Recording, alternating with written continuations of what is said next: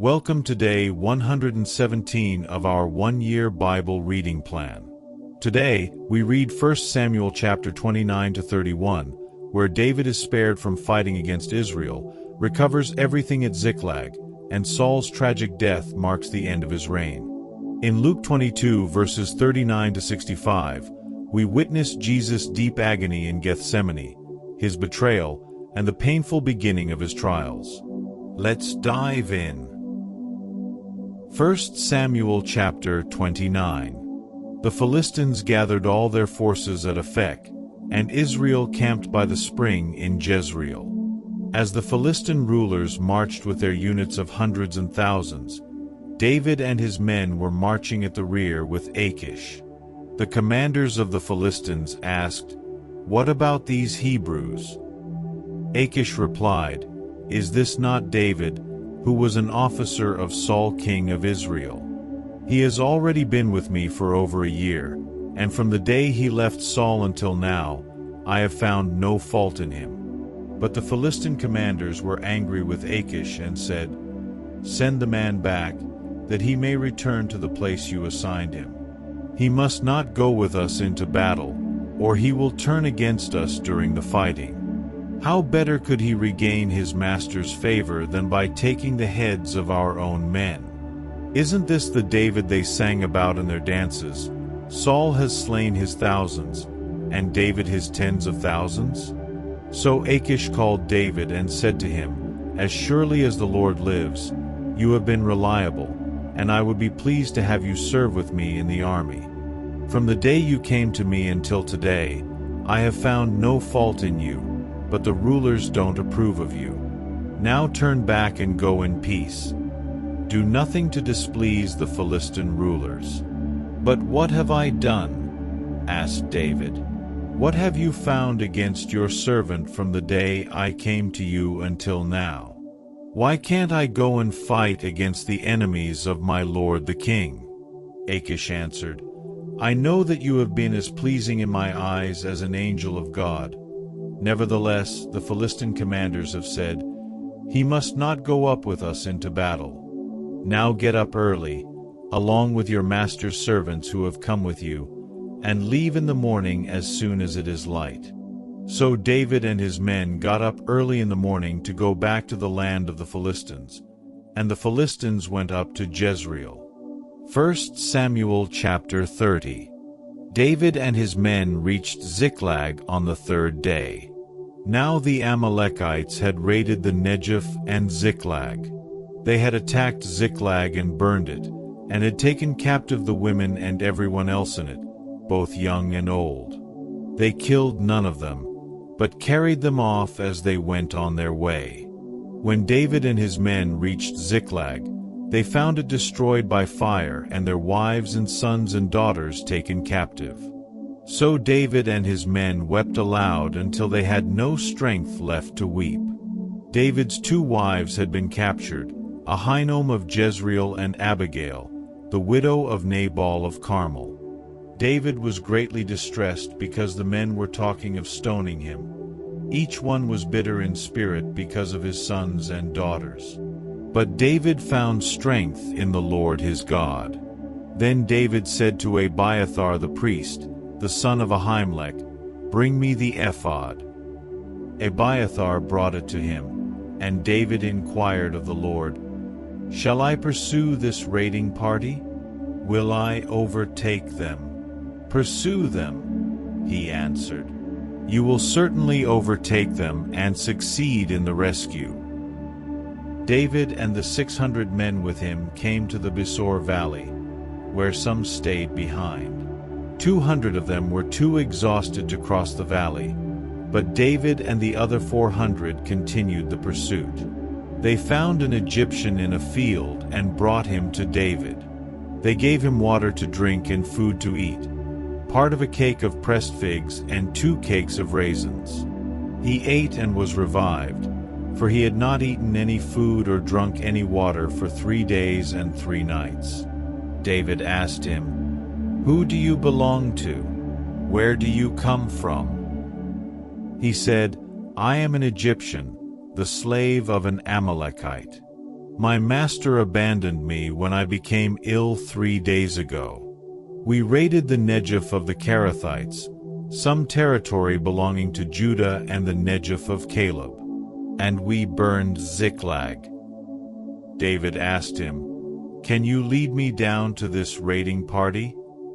He answered, "Swear to me before God that you will not kill me or hand me over to my master, and I will take you down to them."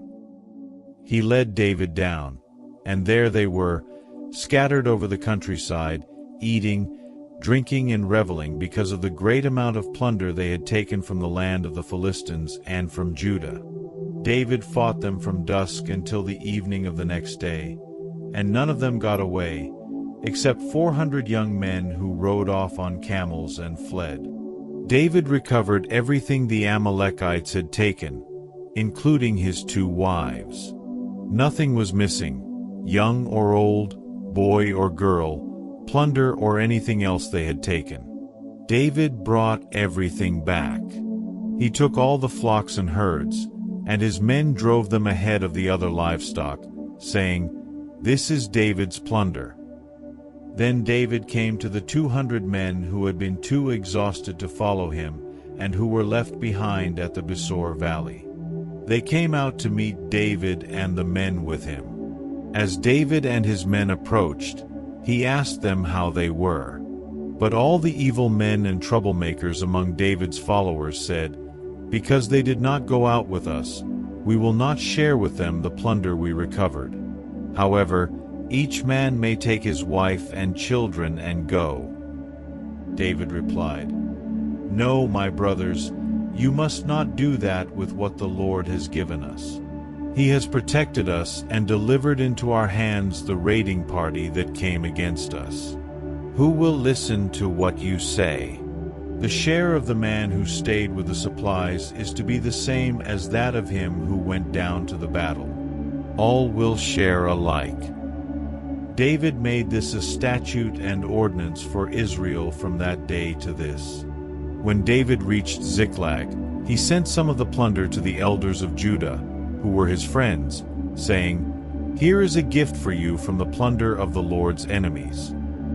David sent it to those who were in Bethel, Ramoth Negev and Jattir, to those in Aroer, Siphmoth, Eshtemoa and Rachel, to those in the towns of the Jerahmeelites and the Kenite, to those in Hormah, Bor Ashan, Athak and Hebron, and to those in all the other places where he and his men had roamed.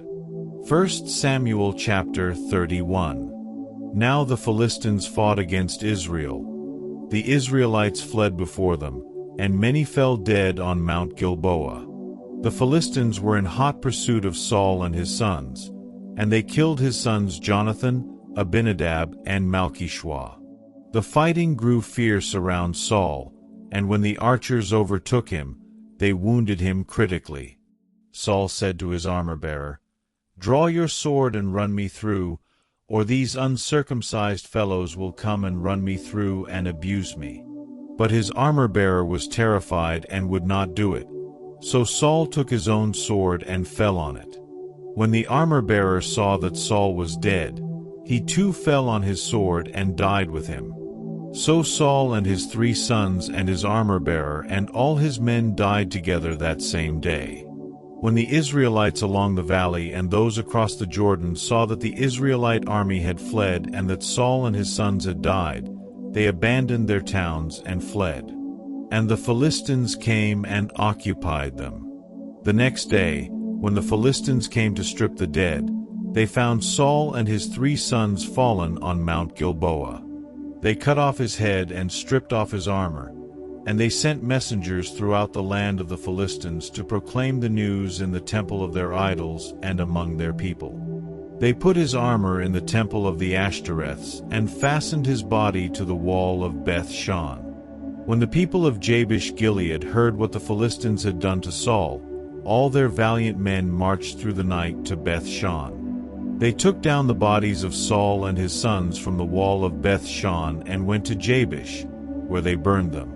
Then they took their bones and buried them under a tamarisk tree at Jabesh, and they fasted 7 days.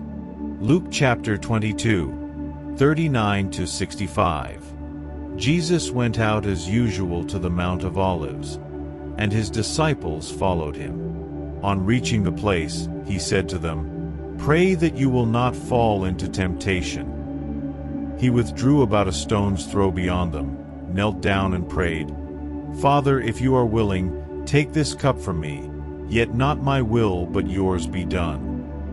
An angel from heaven appeared to him and strengthened him, and being in anguish, he prayed more earnestly, and his sweat was like drops of blood falling to the ground. When he rose from prayer and went back to the disciples, he found them asleep, exhausted from sorrow. "Why are you sleeping?" he asked them. "Get up and pray so that you will not fall into temptation." While he was still speaking, a crowd came up, and the man who was called Judas, one of the 12, was leading them. He approached Jesus to kiss him, but Jesus asked him, "Judas, are you betraying the Son of Man with a kiss?" When Jesus' followers saw what was going to happen, they said, "Lord, should we strike with our swords?" And one of them struck the servant of the high priest, cutting off his right ear. But Jesus answered, "No more of this." And he touched the man's ear and healed him. Then Jesus said to the chief priests, the officers of the temple guard, and the elders who had come for him, "Am I leading a rebellion that you have come with swords and clubs? Every day I was with you in the temple courts, and you did not lay a hand on me. But this is your hour, when darkness reigns." Then seizing him, they led him away and took him into the house of the high priest. Peter followed at a distance. And when some there had kindled a fire in the middle of the courtyard and had sat down together, Peter sat down with them. A servant girl saw him seated there in the firelight. She looked closely at him and said, "This man was with him." But he denied it. "Woman, I don't know him," he said. A little later someone else saw him and said, "You also are one of them." "Man, I am not," Peter replied. About an hour later another asserted, "Certainly this fellow was with him, for he is a Galilean." Peter replied, "Man, I don't know what you're talking about." Just as he was speaking, the rooster crowed. The Lord turned and looked straight at Peter. Then Peter remembered the word the Lord had spoken to him, "Before the rooster crows today, you will disown me 3 times." And he went outside and wept bitterly. The men who were guarding Jesus began mocking and beating him. They blindfolded him and demanded, "Prophesy, who hit you?" And they said many other insulting things to him. Thank you for joining today's Bible reading. David trusted God for victory, and Jesus surrendered to God's will in his darkest hour. Let's keep growing in faith and obedience together. See you tomorrow.